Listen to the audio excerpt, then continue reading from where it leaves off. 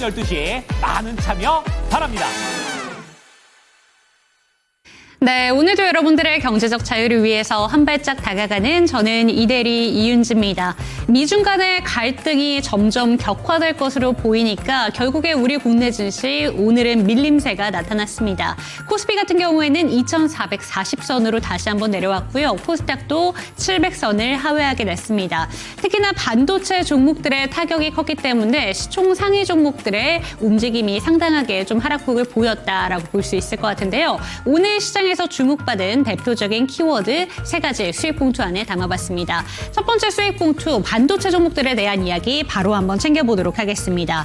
미국의 엔비디아 H2 칩 이 부분에 대해서 중국의 수출 제한이 걸리다 보니까 결국에는 우리 국내 증시에도 타격을 받을 수밖에 없다라는 기사들이 전해지고 있는데요. 미중 간의 싸움에 결국에는 한국의 반도체 종목들의 타격이 상당해질 것이다 라는 이야기가 나오고 있습니다. 오늘 삼성전자와 SK하이닉스 두 종목 모두 다 일제히 하락세를 보이게 되면서 소부장 전반적으로도 하락세를 많이 갖게 됐는데요. 반도체 종목들 이 두 종목 중에서만 비교를 해본다면 삼성전자의 타격이 SK하이닉스보다 조금 더 클 것이다 라는 보도 기사들도 나오고 있습니다. 그 이유는 SK하이닉스 같은 경우에는 고성능 5세대로 삼성전자보다는 피해가 적을 것이다 라고 이야기가 나오고 있지만 오늘 주가 흐름으로 봤을 때는 두 종목 모두 타격이 있었다라고 보시는 게 맞을 것 같고요. 반도체 종목들 하면 요새는 공매도에 타격도 되고 있다라는 보도 기사들이 전해지고 있습니다. 공매도가 재개되고 나서 14일까지 3회 이상 거래가 제한된 종목들이 한미반도체, SK하이닉스 등이 있었는데요. 특히나 한미반도체 같은 경우에는 공매도의 잔고가 최근에 2배 이상 급증했다고 합니다. 반도체 종목들 어떤 트레이딩 전략을 가져가는 게 필요한지 한번 체크해 보도록 하겠고요. AI 종목들의 기대감이 실리고 있는 상태에서 긍정적인 모멘텀을 받아가는 게 좋은 건지 이 시간 체크해 보도록 하겠습니다. 두 번째 수익 봉투도 살펴보시죠. 네, 두 번째 수익 봉투는 오늘 레포트의 영향을 받아서 빨간불이 다수 들어온 섹터를 대표적으로 살펴보도록 하겠습니다. 미용 의료기기 섹터 살펴보시면 좋을 것 같은데요. 오늘 두 자릿수대의 상승세를 나타낸 종목들도 있었고 빨간불이 대체적으로 많이 들어온 섹터입니다. 그 이유 자체가 미용 의료기기의 화랑이 좀 기대가 된다라는 것인데요. 대표적으로 올해 3월 달에 수출이 가장 많이 늘어났다라고 얘기를 하고 있고 한국을 방문하고 있는 그 많은 외국인들이 피부과에 돈을 상당 부분 투여를 하고 있다고 합니다. 그렇기 때문에 미용 의료기기 섹터 같은 경우에는 인바운드의 영향, 수출에 대한 기대감을 받아가면서 앞으로도 실적이 호조될 것이다 라는 긍정적인 보도들이 나오고 있습니다. 미용 의료기기 종목 중에서는 어떤 종목들을 가장 탑픽으로 보는 게 좋은 건지 이 시간 체크해 보도록 하겠습니다. 마지막 수익 봉투의 키워드도 살펴보시죠. 네, 브릿지바이오 테라퓨틱스 오늘도 하한가를 기록하게 되면서 2연속 하한가를 피할 수 없게 됐습니다. 지금 대표가 이 부분에 대해서 좀 언급을 하게 되면서 장래에 어떤 내용을 좀 하겠다, 상장 계획이라던가 앞으로의 그 발전 방향에 대해서 언급을 했지만 이 임상 실패라는 그 부분에 시장의 투자자분들은 아무래도 우려감을 가질 수밖에 없다라고 보시는 게 좋을 것 같은데요. 브릿지바이오 테라퓨틱스 2연속 하한가를 가고 있는 가운데 바이오 종목들의 투심에 악화를 끼치진 않을까 이런 부분도 우려가 되고 있습니다. 이번 달 말에 있는 AACR을 좀 기대하면서 바이오 종목들 투심이 살아나고 있는 가운데서 임상 실패 소식이 들려온 악재는 어떻게 파악하면 좋은 건가 이 시간 체크해 보도록 하겠습니다. 네, 3가지 수익 봉투 열어봤습니다. 이에 대한 멘토님의 의견 챙겨보도록 하겠고요. 주식 강좌와 추천 종목들까지 다 풀어드리겠습니다. 지금 출발합니다.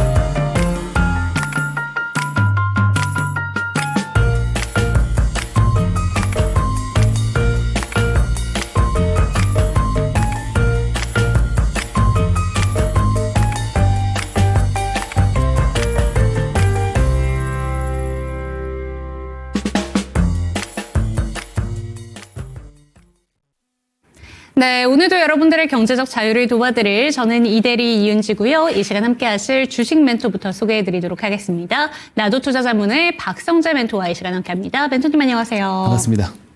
네, 또 하루 만에 분위기는 발달해졌습니다. 지금 미국과 중국의 갈등이 격화될 것이다라는 우려감으로 인해서 한국이 가장 큰 피해를 보지 않을까 이런 기사들도 나오고 있는데요. 그러다 보니까 시장이 1% 넘는 내림세를 가져가게 됐습니다. 오늘 시장은 어떻게 보셨을까요? 예, 말씀하신 대로 미중 간의 갈등, 특히 이번에 엔비디아의 H207 같은 경우가 이제 수출을 완전히 규제를 하면서 이게 이제 조금 격상되는 거 아니냐, 미중 갈등이 더 격상되는 거 아니냐라는 시각 때문에 시장이 빠진 것이 사실입니다.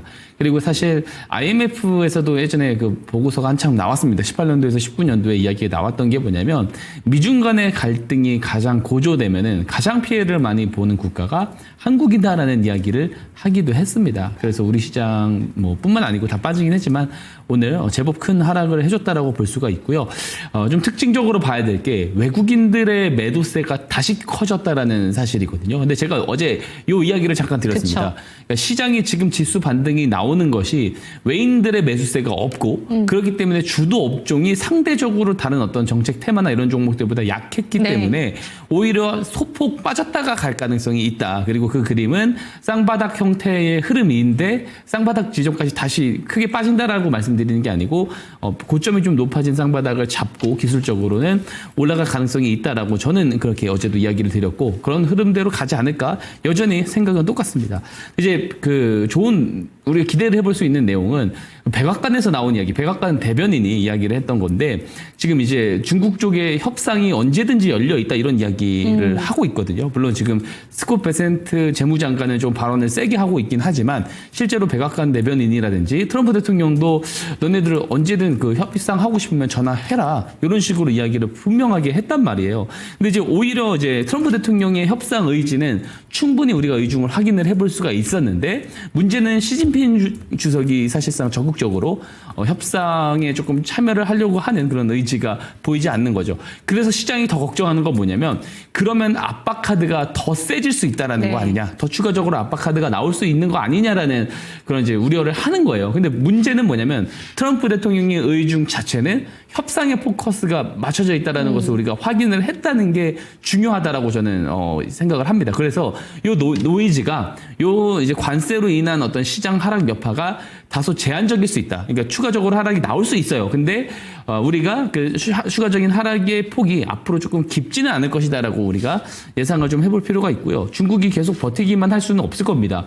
내수 경기가 지금 상당히 많이 꺾여 있어요. 그래서 어느 정도냐면 중국이 원래 과거에 경기 부양책을 가동을 하면 인프라 쪽에 대한 투자를 먼저 항상 이야기를 했는데 소비 회복에 조금 더 포커스를 맞춘다고 하는 만큼 내수 경기가 좋지가 않아요. 이런 상황에서 수출까지도 막혀버리면은 경제 성장률 6% 절대 달성 못하고 계속해서 부진한 그림이 나올 수가 있습니다. 그래서 이런 어떤 미국이 중국이 대미 수출 의존도를 활용해서 조금 더 협상의 우위를 조금 점할 수 있을 거다라고 생각을 하고요. 지금 딱 이것만 말씀드리고 싶은 게 시장이 그래서 저는 싸다라고 생각을 합니다. 시장이 싸다라는 것만 좀 인식을 하자는 거예요. 그러니까 좀 우리가 예상한 가격 이제 저점 대비 언더퍼폼을 하거나 아니면 상승장에서 예상한 어떤 과열 대비 더 아웃퍼폼을 하는 그 폭은 비이성적인 어떤 그 매도자들의 충동입니다. 그것까지 우리가 그런 시세를 읽어낼 수는 없어요. 다만 지금 시장이 충분히 매력적인지 혹은 이 안에서도 좋은 종목들이 있는지 이것만 우리가 좀 잘 보면 좋다라고 생각을 하기 때문에 지금은 현금 소진을 열심히 해야 될 때다라고 저는 생각을 하고 아직도 소진할 현금이 있다라는 것은 더 빠져도 못 사거든요. 그런 분들은. 그래서 지금 충분히 매력적인 상황이다라고 생각을 하고 오히려 집중을 해야 될 것은 그러면 어떤 거를 조금 사면 좋을지라는 말이에요. 그래서 스마트 머니가 어떤 지금 업종과 어떤 종목들로 들어가는지를 잘 파악을 하는 게 중요합니다.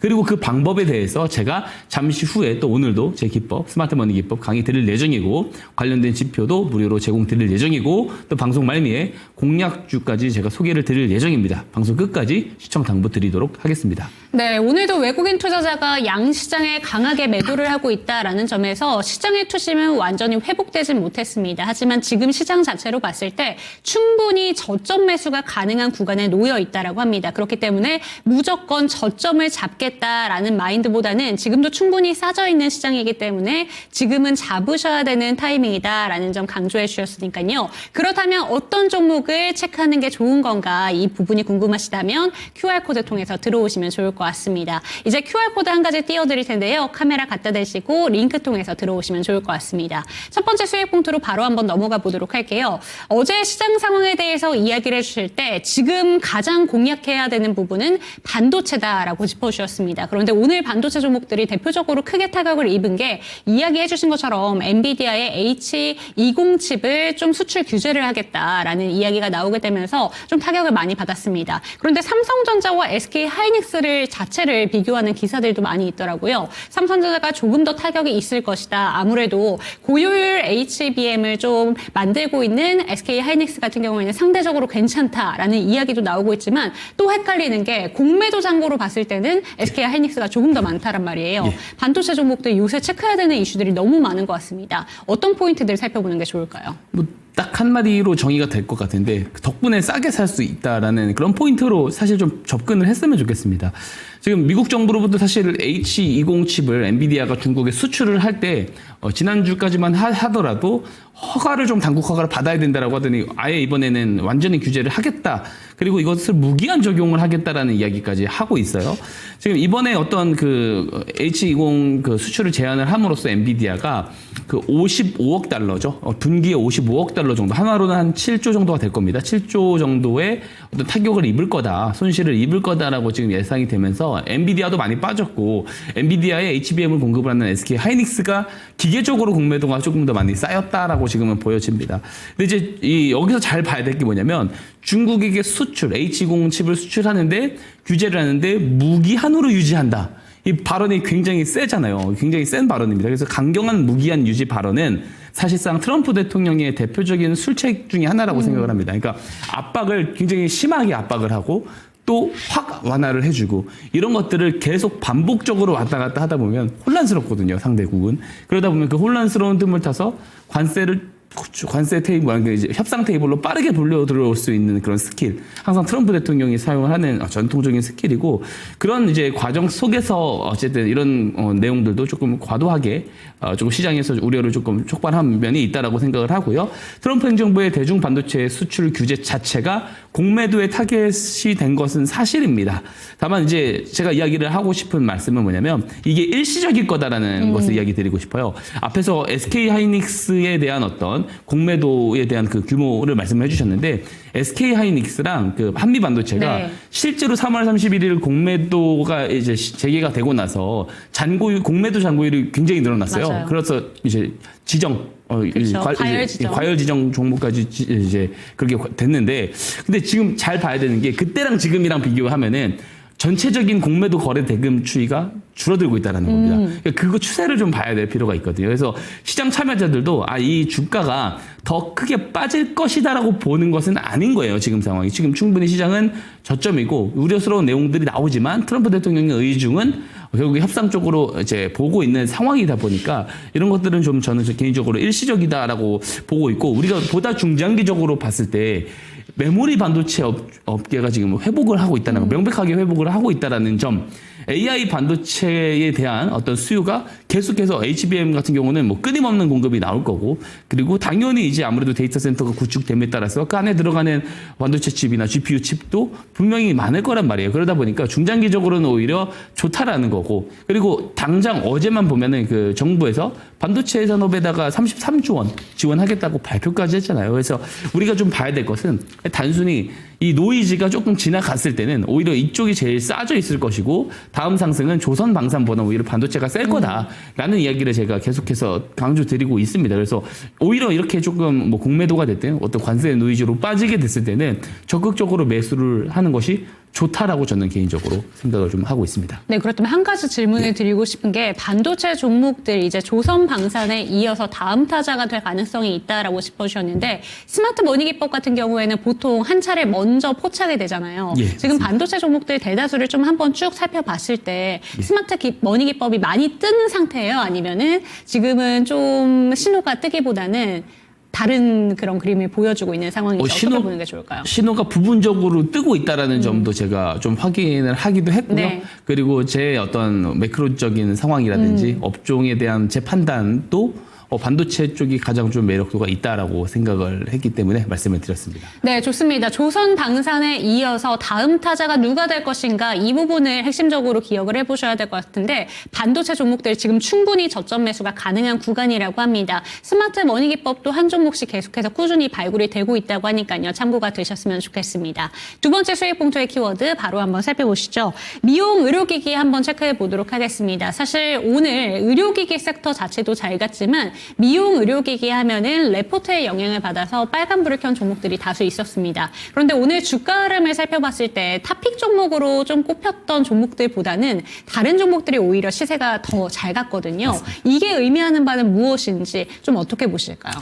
우선 선방을 했지만 사실 그래도 종가까지 놓고 맞아요. 보면은 좀 많이 상승분을 네. 토해내기도 했습니다. 근데 이제 그 좀 미용 의료기기 쪽에 대해서는 사실 저는 계속해서 조금 좋은 관점으로 보고 있고 이번에 그 DB증권 보고서를 통해서도 올해 분기에만 거의 수출액 규모가 거의 10억 달러 그쵸. 근처에 나왔다라고 이야기를 하고 있고 지금 비수기인데도 불구하고 이 정도 규모는 엄청난 규모다라는 거죠. 그래서 지금 보면 증권가에서는 상고하저 이야기를 상저하고 이야기를 하고 있어요. 오히려 하반기에 더 높다. 그렇죠. 그러니까 지금 저도 많이 높다고 생각하는데 네. 이게 저점인가라는 생각을 하지만 그만큼의 성장 포텐셜이 충분히 있다라고 생각을 하고요.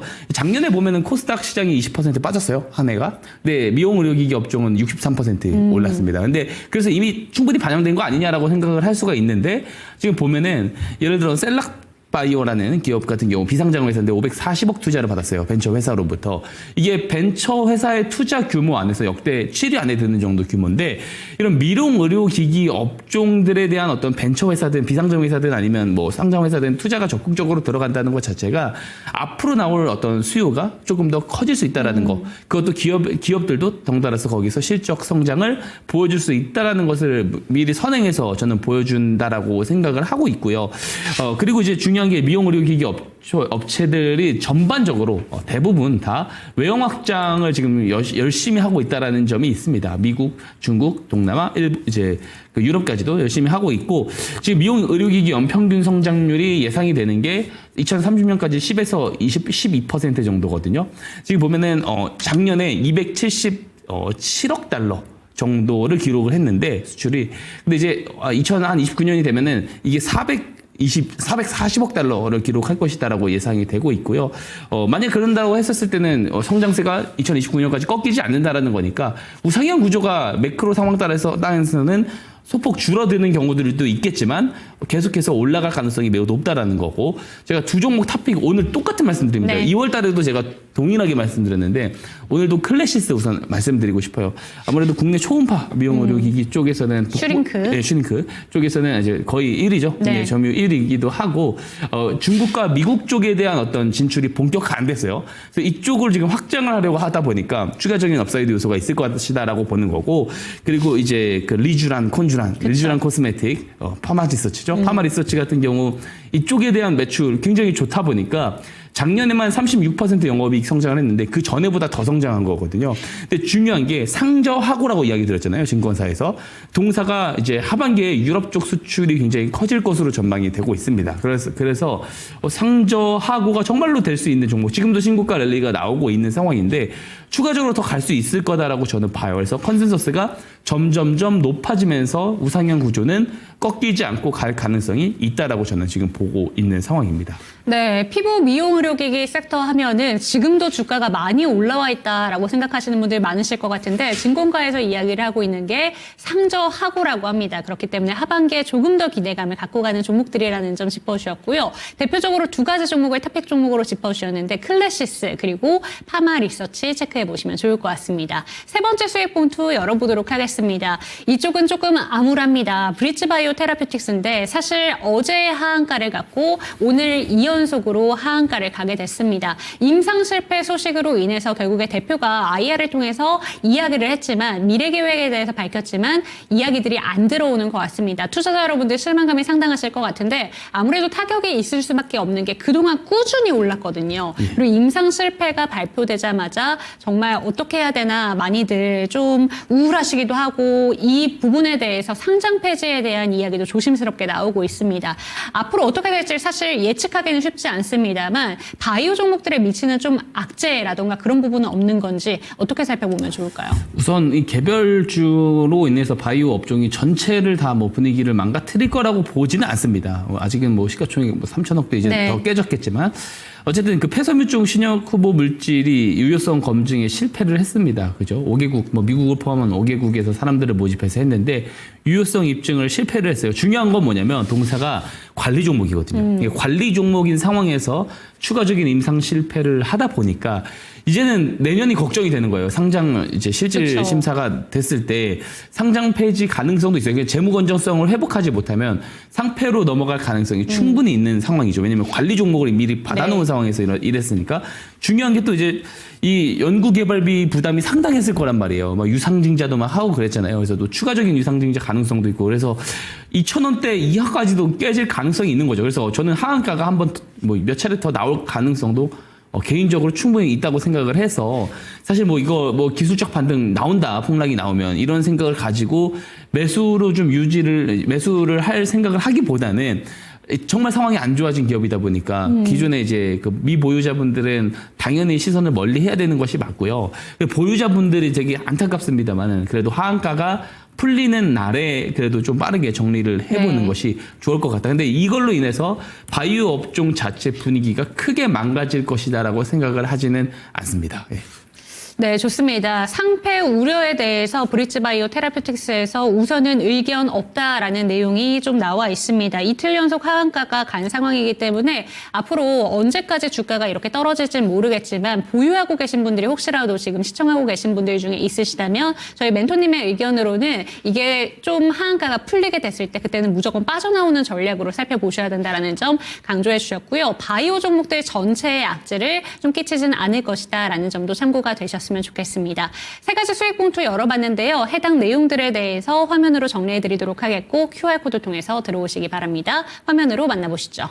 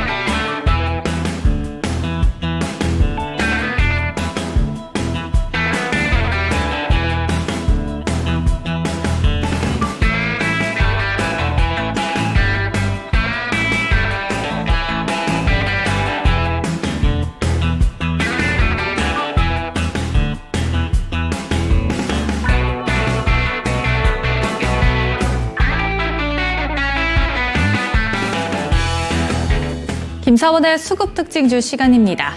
오늘 양대 지수 모두 파란불 켜면서 장을 마감했습니다. 오늘장 개인반이 또 사자세에 나서게 되면서 오늘 코스피와 코스닥 양대 지수 모두 하락으로 장을 마감하게 됐는데요. 코스피 2,447선, 코스닥은 699선, 700선을 눈앞에 두고 또 주저앉게 됐습니다. 오늘장 수급 특징주도 함께 살펴보도록 하시죠. 먼저 코스피에서 외국인이 담아갔었던 종목입니다.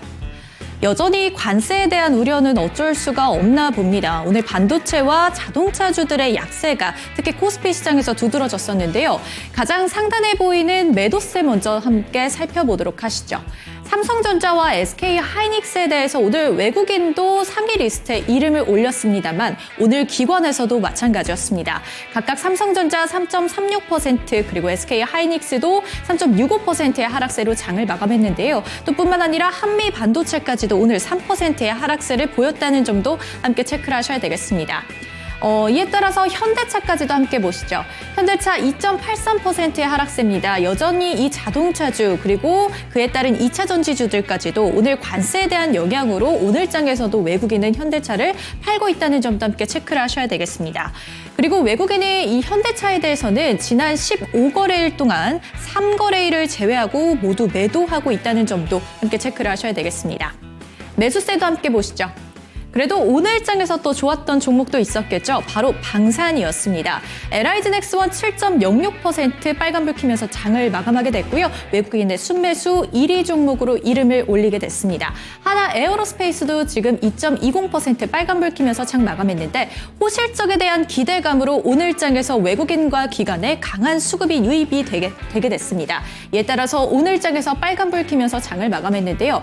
이곳에서는 보이지 않지만 이 한국항공우주에 대해서 LS증권에서는 현재 목표 주가가 69,000원이었던 이 종목을 95,000원까지 또 상향 조정하기도 했습니다. 증권가 리포트들이 쏟아지고 있는 방산업종들 앞으로 계속해서 주가 흐름 체크하셔야 되겠습니다.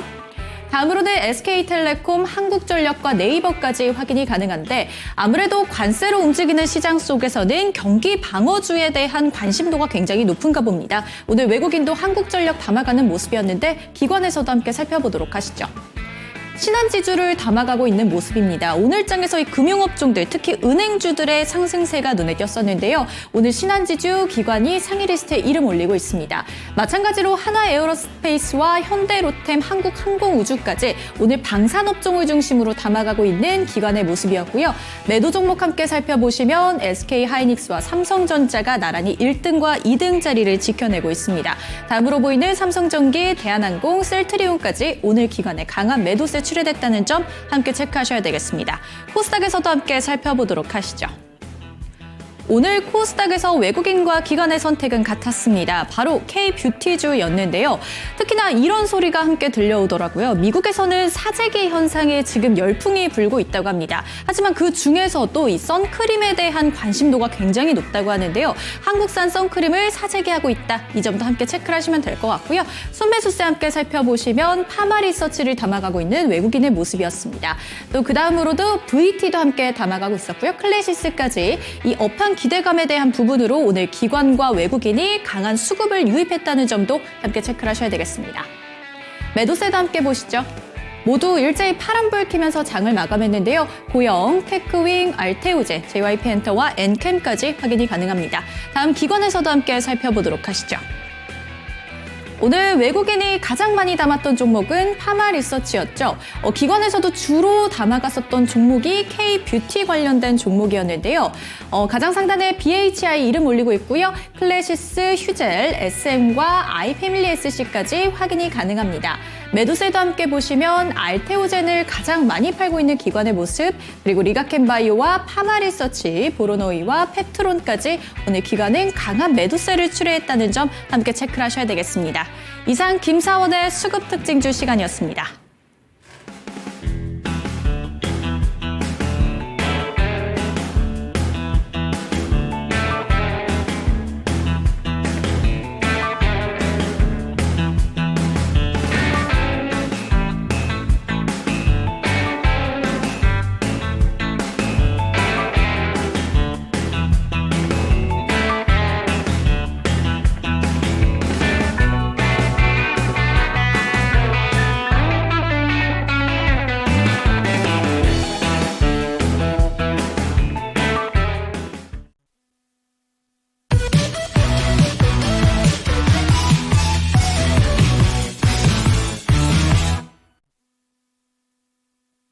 자, 계속 말씀드리고 있습니다. 지금은 시장이 계속 기운이 빠지게 만드는 흐름을 보이고 있지만 사실 지금 굉장히 집중을 잘 해야 됩니다.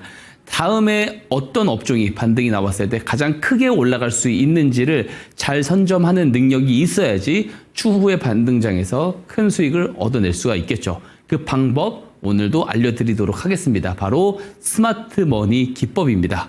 자, 화면 한번 보여드리겠습니다.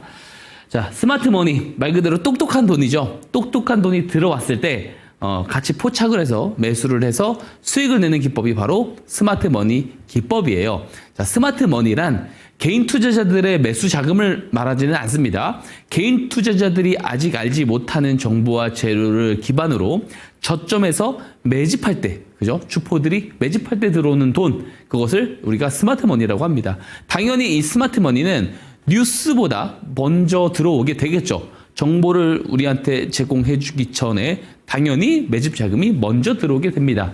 그래서 이 매집 자금을 잡아낼 수 있어야 되는데 어떻게 잡아내요? 제가 스마트 머니 신호라는 것을 만들어 놓았죠. 실제로 이 신호가 포착되고 나서 주가 흐름이 크게 달라진다라는 것을 제가 방송에서 충분히 증명드렸습니다. 그죠?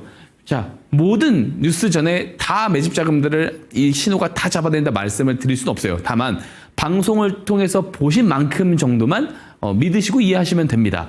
자, 어쨌든 이게 잘 맞아 떨어지는 이유는 제가 유의미한 통계 데이터를 잘 뽑아냈기 때문이다 라고 항상 말씀을 드려요.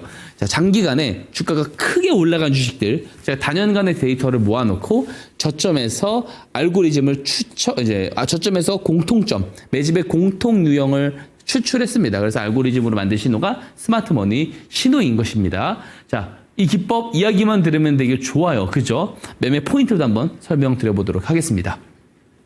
자, 포인트 설명에 앞서서 오늘도 말씀드립니다.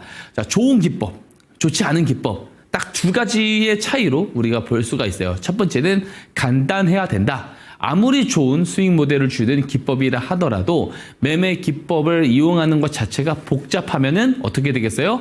매매 횟수를 반복하면 반복할수록 실수할 빈도도 늘어나게 되겠죠. 그래서 기법이 굉장히 간단해야 된다가 매우 중요합니다. 자, 스마트 머니 기법은 이 한 페이지로 정리가 됩니다. 잠시 후에 설명드리고요. 자, 그리고 두 번째 좋은 기법이 꼭 갖춰야 될 거 당연히 수익이 잘 나오는 모델이어야 된다라는 거예요. 근데 대부분의 개인 투자자분들이 이거를 승률로 포커스를 조금 잘못 맞추고 계신 경우들이 거의 대부분입니다. 제 주변에도 이 매매 기법을 만드는 것을 한번 살펴보면은 특정 패턴에 집착을 합니다. 특정 패턴이 나오고 나서 하락할 확률보다 상승할 확률이 더 높다. 그럼 이건 좋은 모델이다라고 해서 가져다 그대로 쓰죠. 그러면은 사용하다 보면 어때요? 달라지는 건 없습니다. 여전히 손실이 많이 납니다. 왜 그러냐면 말 그대로 손익비가 아닌 승률에 집착을 했기 때문에 그렇습니다. 제가 예시를 한번 들어볼게요. 매번 같은 레파토리지만 우리가 10종목을 거래를 했을 때 7, 8종목을 이겨요. 그죠? 표면적으로 좋아 보여요. 근데 7, 8종목을 이겼을 때 플러스 2, 3%로 이기다가 두세 종목 졌을 때 마이너스 10%로 진다면 좋은 모델이라고 볼 수가 우리가 없는 거죠. 근데 반대로 승률이 50%밖에 되지 않습니다. 근데 손실 확정을 냈을 때 손실 폭보다 수익 확정을 냈을 때 수익 폭이 더 크다면 뭐예요? 아, 이것은 좋은 수익성을 가진 기법이다라고 우리가 말을 할 수가 있겠죠. 자, 손익비가 굉장히 중요한 겁니다. 그래서 스마트 머니 기법은 승률도 승률이지만 손익비가 굉장히 좋게 맞춰진 기법이다라고 말씀을 드릴 수가 있습니다. 하나씩 설명드려 볼게요. 우선 스마트 머니 신호가 포착이 돼야 돼요. 일봉 차트에 포착이 돼야 되는데 이 신호 같은 경우는 신청해 주신 분들에게 제가 무료로 다 제공 드린다는 점 말씀드립니다.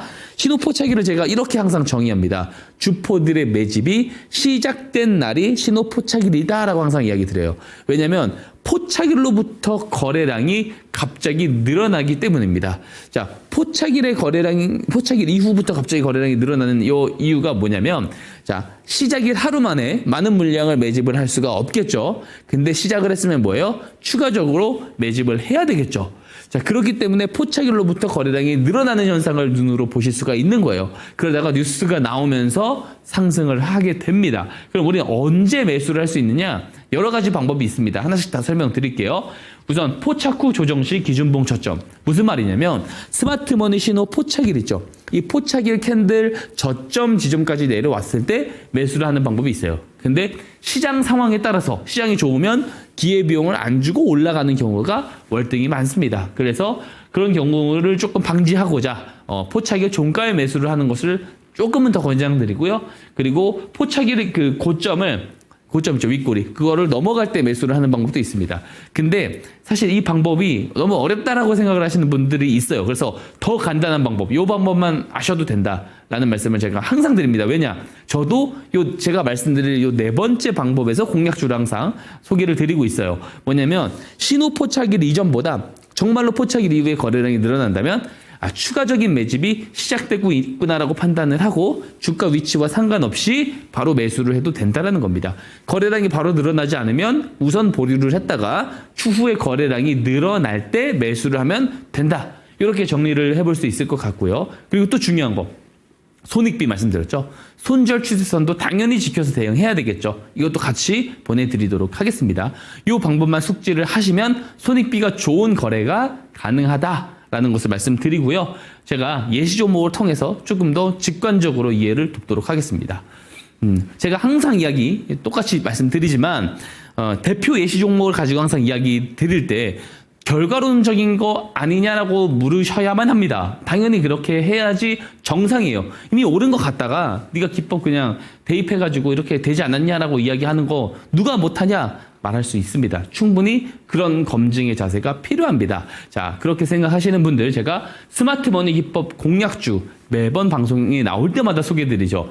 방송을 싹 다 돌려보시기 바랍니다. 자, 보면은 돌려보다 보면 어때요? 승률은 높아요. 승률이 조금 높은데 근데 어떻게 돼요? 손익비, 그죠? 올라갔을 때 굉장히 크게 올라간다라는 것을 제가 4개월 동안에 증명을 충분히 드렸다고 생각합니다. 그래서 이 예시를 들으실 때 이 예시 종목부터 제가 잠시 후에 제가 소개해드렸었던 공략주를 소개해드렸었던 종목 3종목이나 또 리뷰를 해드릴 거예요. 그래서 이렇게 조금 쭉 들으시면서 스마트머니 기법이 이런 식으로 연결이 되는 거구나를 이해를 하셨으면 좋겠습니다. 우선 설명을 좀 들어가 볼게요. 한국 첨단 소재 다 아실 겁니다.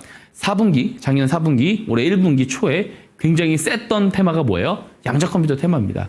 그리고 거의 후발주자로 편입이 됐는데 굉장히 강하게 올라갔죠. 거의 대장주격으로 올라갔습니다.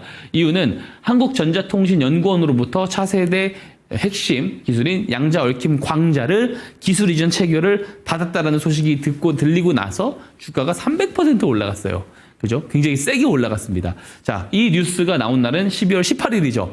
자, 여기서 알아야 될 거, 스마트 머니 기법은 뭐예요? 뉴스가 나오기 전에 잡을 수 있어야 된다 말씀드렸죠. 자, 내용을 한번 보세요. 양자 얽힘 광자를 기술 이전 체결을 한다. 이건 뭐예요? 양측 간의 협의가 있었을 것입니다. 그동안. 그죠?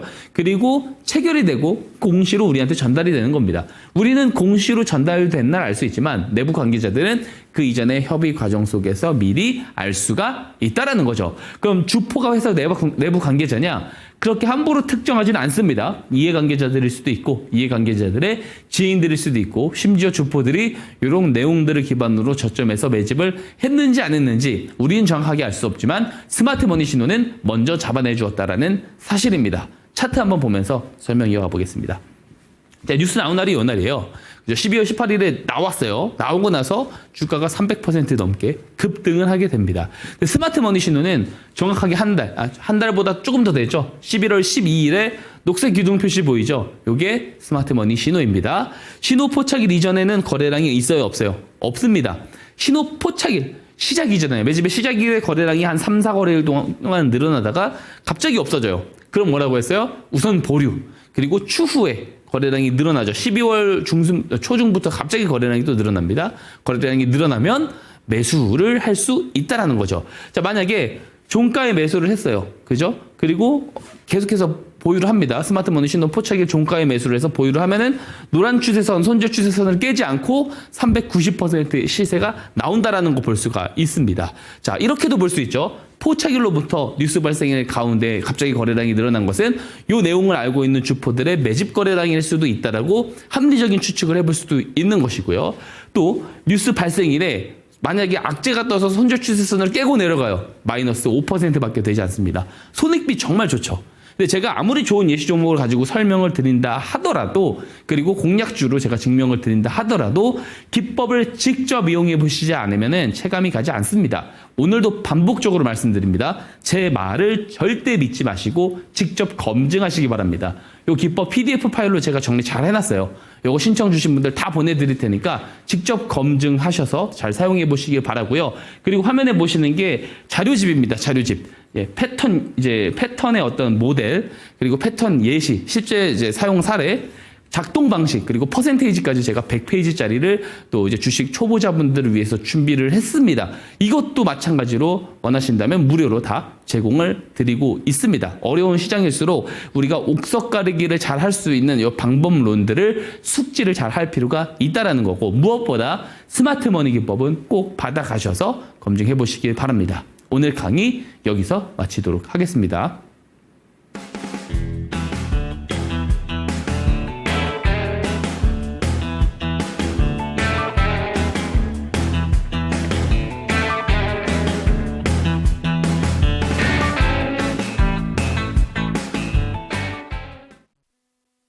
네, 지금 PPT를 통해서 강연을 해주실 때 스마트 머니 기법으로 예시 종목들 몇 종목을 보여주셨는데 이미 다 옳은 거 이미 방송에서 이야기하는 거 아니냐라는 이야기를 생각하신다면 여러분들이 직접 한번 확인해 보셨으면 좋겠습니다. 스마트 머니 기법이 뉴스가 뜨기 전에 먼저 신호를 포착한다라는 점 경험을 해보신다면 한번 이 스마트 머니 기법에 대해서 다양한 생각이 바뀌지 않을까라는 생각이 들기도 하는데요. QR코드 통해서 들어오시기 바랍니다. 그렇다면 스마트 머니 기법이 포착한 종목들 수익률 탑5 리스트 확인해보고 가시죠. 지금 상단에 보이는 종목들이 하나오션과 유라클, 로보티즈, HFR이 존재하고 있고요. LS에코에너지가 80% 넘는 수익률 보여주고 있습니다. 오늘 그런데 첫 번째로 살펴볼 종목은 펩트론 한번 체크를 해보도록 할 텐데요. 최근에 4월 14일에 이 펩트론이 17만 2,100원까지 터치가 나왔다가 지금은 약간 눌려 있습니다. 오늘 같은 경우에도 거의 5%대에 가까운 좀 하락세를 보여주고 있는데 미국 화이자의 비만 치료제가 좀 중단될 수도 있다라는 소식이 나오면서 비만 치료제 전반적인 테마가 약간 꺾일 수도 있겠다라는 내용들이 나오고 있는 것 같습니다. 펩트론 AACR에 대한 기대감 받아가고 있는 대표적인 종목이기도 한데 악재도 같이 존재하고 있는 상황 속에서 어떻게 끌고 가는 게 좋을까요? 우선 비만 치료제 시장에 대한 어떤 성장은 의심할 필요가 없습니다. 그죠? 미국에서도 2030년이 되면 성인 비만율이 50%가 넘어갈 것이다라고 지금 보여지고 있잖아요. 사람들이 AI가 생산성을 대체하면서 네. 더 많이 움직이지 않을 거예요. 운전도 우리가 직접 하지 않을 거고요. 그래서 그런 것들은 장기적인 모멘텀 차원에서 지켜봤으면 좋겠고, 단기적인 어떤 포인트는 AACR에서 이번에 28일에 ADC 효능 증강 기술에 네. 대한 소개, 이거를 포스터 방식으로 발표를 할 예정이라고 하거든요. 그래서 아직 이 기간이 있기 때문에 추가적인 상승 가능성도 있다라고 저는 보고 있습니다. 차트 볼까요? 네. 보면은 최근에 안 꺾이고 있어요. 최근에 꺾이지 않고 많이 꺾이고 있지 않습니다. 올라간 거에 비해서 소폭 조정이 나오고 있기 때문에 여전히 저는 다시 돌아서 올라갈 가능성이 높다라고 보지만, 그래도 이미 상한가도 한번 나왔습니다. 그죠? 공략주를 소개드리고 상한가를 한번 나오기도 했고, 그러다 보니까 지금 현재 매수를 접근해봐도 된다라는 것에 대해서는 조금 지양합니다. 그런 것들을 제가 권장드리고 싶지는 않고요. 보유자 영역에서는 3차 목표가 18만 원 저는 여전히 유효하게 보고 있다. 그리고 한번 차트 보세요. 스마트 머니 신호가 뜨기 전에는 추세가 없다가 신호가 뜨고 어때요? 녹색 기둥 표시가 신호입니다. 뜨고 거래량이 늘어나고 이후에 뉴스가 나오면서 급등이 나오죠. 네. 그러니까 이런 구조대로 간다라는 거 제가 펩트론이라는 주식을 통해서도 증명을 충분히 드렸다고 생각을 합니다. 신호 꼭 받아가시기를 당부드리겠습니다. 네, 오름세에 비하면 꺾인 게 아직까지 좀 가능성이 있는 종목으로 보인다라는 점 짚어주셨고, 비만 치료제와 관련해서 악재가 분명히 나온 건 맞지만 비만 치료제 전체적인 성장세는 꾸준할 것이다라는 점 짚어주셨습니다. 그럼 지금 약간의 내림세가 나와 있는 상황 속에서 추가 매수라 아니면 신규 매수 가능할까요? 아니요, 신규 매수는 지양하고 싶다고 다시 한번 말씀드리겠습니다. 네, 좋습니다. 펩트론까지 살펴봤습니다. 두 번째 리뷰 종목으로 넘어가 보도록 하겠습니다. 정치 테마주들이 기승을 부리고 있는 요즘입니다. 아무래도 이제 대선까지 얼마 남지 않았기 때문에 정책 관련된 종목들이라던가 인물 관련된 종목들이 주목을 받고 있는데요. 그중에서도 실적이 있는 종목들이나 이벤트 있는 종목들, 이슈가 있는 종목들에 주목하셔야 된다라고 이야기를 해주셨습니다. 대표적인 종목이 유라클이 될 수 있을 것 같습니다. 2차 목표가까지는 아직 터치가 안 나왔지만 너무 훌쩍 좀 목표가를 넘기게 되면서 129%라는 수익률을 보여주고 있습니다. 이 종목도 어떻게 들고 가는 게 좋을까요? 우선 최근에 많이 빠지긴 했습니다만 사실 정책 모멘텀 자체가 저는 조금 살아있다라고 생각을 해요. 증사 같은 경우 그 좀 독특하게 좀 살펴봤었던 부분이 뭐냐면 공기업 수주들이 많아요. 그러니까 공공기관이나 뭐 이제 공기업들이랑 이렇게 하는 것, 정부랑 같이 하는 것들이 조인해서 많습니다. 그리고 AI 플랫폼 기업으로서 이 정도의 그래도 흑자를 잘 내주는 기업이 거의 없거든요. 네. 특히 우리나라에서는. 근데 그런 것들을 좀 흑자로 잘 유지해 준다라는 것도 유의미하고 꾸준한 사업 확장도 하고 있습니다. LLM 모델을 새로 만든다라든지 이런 것들도 계속해서 좀 확장을 해 나가고 있는 그런 상황이고 그 LG에서 이제 엑사원 AI와 협업을 통해서 또 이제 수익 구간에 돌입을 더 했다. 수익에 대한 부분들이 더 늘어났다라는 부분도 최근에 뉴스가 좀 잘 나와주고 있습니다. 모멘텀 자체는요. 대선 전까지는 조금 유효할 것 같아요. 차트 보겠습니다. 네. 물론 이게 너무 많이 올랐습니다. 너무 많이 올랐기 때문에 우선은 지금은 제 개인적으로는 추가 매수를 하거나 신규 매수를 하는 것에는 권장하진 않습니다. 왜냐하면 공략주를 소개드리고 3연상 나왔거든요. 그러다 보니까 여전히 조금 더 늘렸다 갈 수 있기 때문에 저기서 뭐 추가적인 뭐 매수 의견을 좀 드려보고 싶진 않고요. 기존 보유자분들 어느 정도 차익 실현을 부분적으로 하셨다면 나머지 물량은 그래도 다시 반등을 조금 기다려보는 이야기를 드리고 싶고 보세요. 신호가 뜨고 나서 거래량이 늘어나다가 그죠? 기존엔 추세가 옆자리였잖아요. 그리고 3연상까지도 나올 수 있다라는 거예요. 그러니까 제가 예시 종목으로 뭐 되게 크게 올라간 종목들을 이야기를 많이 드리지만 실제로 그런 것들이 가능하다라는 것도 이렇게 유라클을 통해서 보여드렸다고 생각을 합니다. 네, 마지막 종목으로 넘어가 보도록 하겠습니다. 한화오션입니다. 이 종목 최종 목표가로 10만 원이 제시된 종목인데요. 오늘 같은 경우에는 조선 종목들이 전반적으로 좀 파란불을 켰습니다. 그리고 한화오션 같은 경우에는 방사청에서 처분을 검토한다라는 기사가 뜨면서 오늘 같은 경우에는 그 영향도 있지 않았나라는 생각이 드는데요. 오늘 하락세를 보였지만 2%대 정도의 밀림세가 가져가고 있기 때문에 이 정도 하락이라면 그동안 시장에서 버텨준 부분을 생각해 본다면 어쩌면 지금이 기회일 수도 있겠다라는 생각하시는 분들도 있으실 것 같아요. 어떻게 보는 게 좋을까요? 사실 시장이 그렇게 좋지 않은 상황 속에서도 참 그 가격 조정이 나오지 않는다라는 네. 게 굉장히 유의미하죠. 그래서 기간 조정만 있을 뿐이고 기간 조정 거치다가 결국에는 다시 올라가지 않겠는가라는 생각을 하고 있습니다. 뭐 좋은 뉴스야 뭐 끝없이도 나왔기 때문에 더 이상 뭐 제가 나열을 해서 드리는 게 의미가 없다라고 보고 최종 목표가를 제가 10만 원으로 설정을 드렸어요. 근데 이거 되게 타이트하게 설정한 겁니다. 그래서 더 그 이상으로 올라갈 가능성, 좀 시간을 물론 두고 봤을 때 이야기를 드리는 겁니다. 시간을 조금 두고 봤을 때는 그 정도까지 더 올라갈 가능성이 있다라고 생각을 합니다. 차트 보겠습니다. 마찬가지죠. 신호가 뜨고 거래량이 늘어날 때 제가 12월 26일에 공략주를 소개를 드렸는데 100%가 넘는 시세가 이렇게 나오게 됐다. 그리고 여전히 10만 원까지 더 갈 가능성이 높다라고 이야기를 드리고 있습니다. 네, 10만 원도 타이트한 목표가 제시해 준 것입니다. 그렇기 때문에 이 종목 같은 경우에는 여전히 가능성이 있다는 점 짚어보시면서 들고 계신 분들이라면 목표가 이상까지의 넘는 수익률 기대해 보셔도 좋을 것 같습니다. 이렇게 세 가지 수익 종목 살펴봤고요. 이제 오늘의 추천 종목으로 한번 넘어가 보도록 하겠습니다. 오늘도 역시나 정책 관련된 종목에 집중해 주신 것 같은데 아무래도 시장에 돈이 쏠리고 있는 쪽에 집중해 주신 것 같습니다. 어떤 쪽일까요? 조금 생소할 수 있습니다. 아이스크림 미디어라는 기업을 가져왔습니다. 네, 교육 관련해서는 늘 정책으로 밀 수밖에 없는 테마이기도 합니다. 대한민국의 교육열이 엄청나기 때문에 이 종목 한번 주목해 주신 것 같은데 사실 교육 종목들이 워낙 많잖아요. 그 종목들 중에서 이 종목을 선정하신 이유가 있으실까요? 예, 제가 다 설명을 드릴 네. 것 같습니다. 하나씩 좀 보도록 할까요? 우선 제가 동사의 그 재무를 일단 좀 보여드리는데 영업이익 기준으로 보게 되면요. 거진 지금 2020년부터 지금까지 성장을 한 해도 안 한 적이 없는데 평균으로 딱 놓고 봤을 때는 60에서 70% 성장을 했습니다. 매년.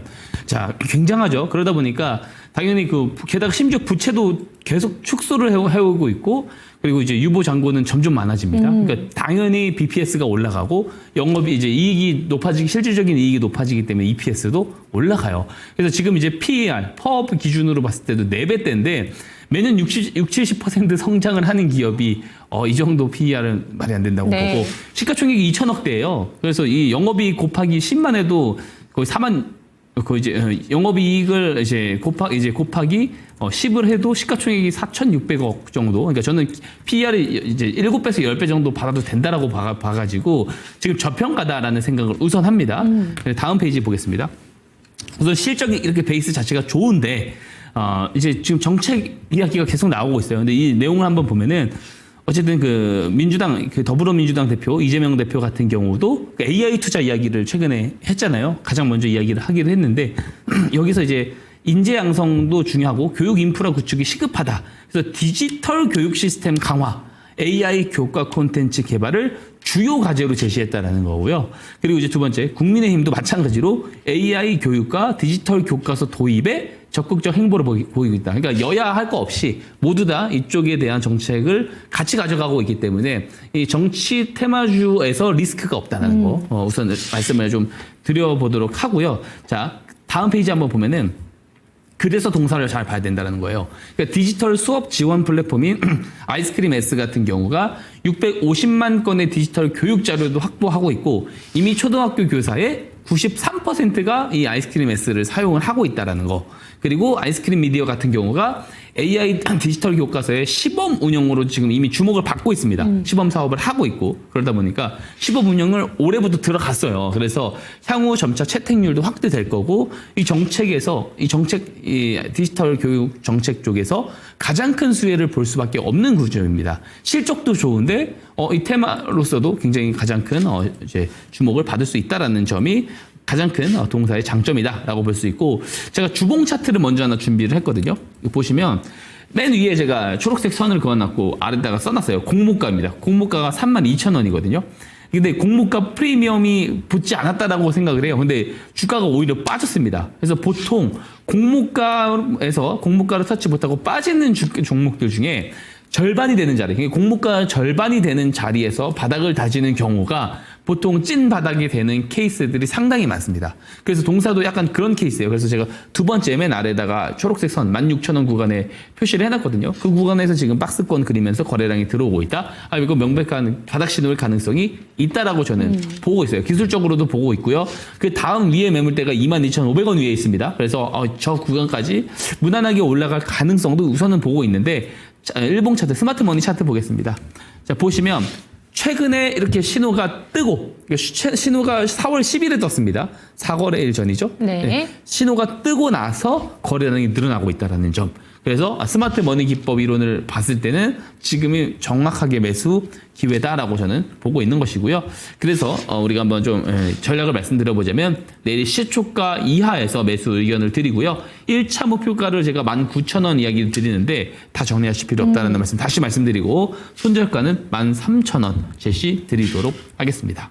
네, 정치 테마주 같은 경우에는 마냥 걱정하시는 분들도 많으실 것 같습니다. 하지만 실적이 담보된다면 이야기는 달라질 수 있습니다. 교육 관련된 종목이고요. 아이스크림 미디어 내일 시초가 이하에서 매수하셔서 1차적인 목표가로는 19,000원인데 목표가 도달하더라도 다 매도하시지 않으셨으면 좋겠다라고 강조해 주셨습니다. 손절가 13,000원까지 체크하셨으면 좋겠고 스마트 머니 기법을 여러분들의 차트에 적용해 보시는 것이 훨씬 더 중요합니다. 미리미리 기법으로 포착할 수가 있으니까요. QR코드 통해서 들어오셨으면 좋겠습니다. 카메라 갖다 대시면 링크 통해서 들어오실 수가 있고요. 종목 진단 원하신다면 02-2128-8566번으로 전화 주시기 바랍니다. 화면으로 만나보시죠.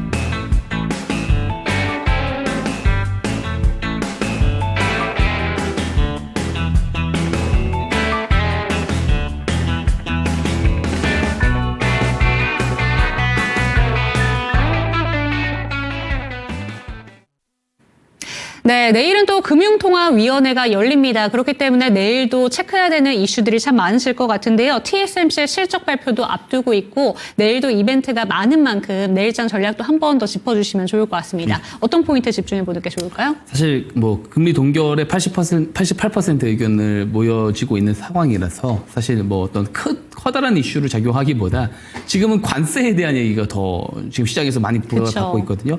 제가 계속 똑같은 말씀드립니다. 반도체 업종 집중을 했으면 좋겠고 더 중요한 것은 스마트머니 들어오는 기법 종목들 그런 것들을 더 좀 선별적으로 잘 리스트업을 해놓는 것이 중요할 것 같다. 이 말씀을 드리도록 하겠습니다. 네, 모두 다 힘든 시장인 것 같지만 분명히 계좌에 빨간불이 가득 들어오신 분들도 있으실 것 같습니다. 포트폴리오 자체에 대해서 재점검하는 차원이 되셨으면 좋겠다라는 점 강조드리고 있고요. 미리미리 선별하는 작업도 필요하기 때문에 지금 조선과 방산이 오를 때 마냥 기다리시는 게 아니라 다음 타자가 무엇이 될까 한번 미리 선별해보는 작업이 필수적일 것 같습니다. 스마트 머니 기법이 여러분들에게 힌트가 되어드릴 수 있으니까요. 이 QR코드 스캔하시고 들어오시기 바랍니다. 종목에 대한 상승과 하락은 보장하지 않는다는 점 반드시 기억해 주시고 내일 이 시간도 저희와 함께 해주시기 바랍니다. 시청해 주신 여러분 고맙습니다.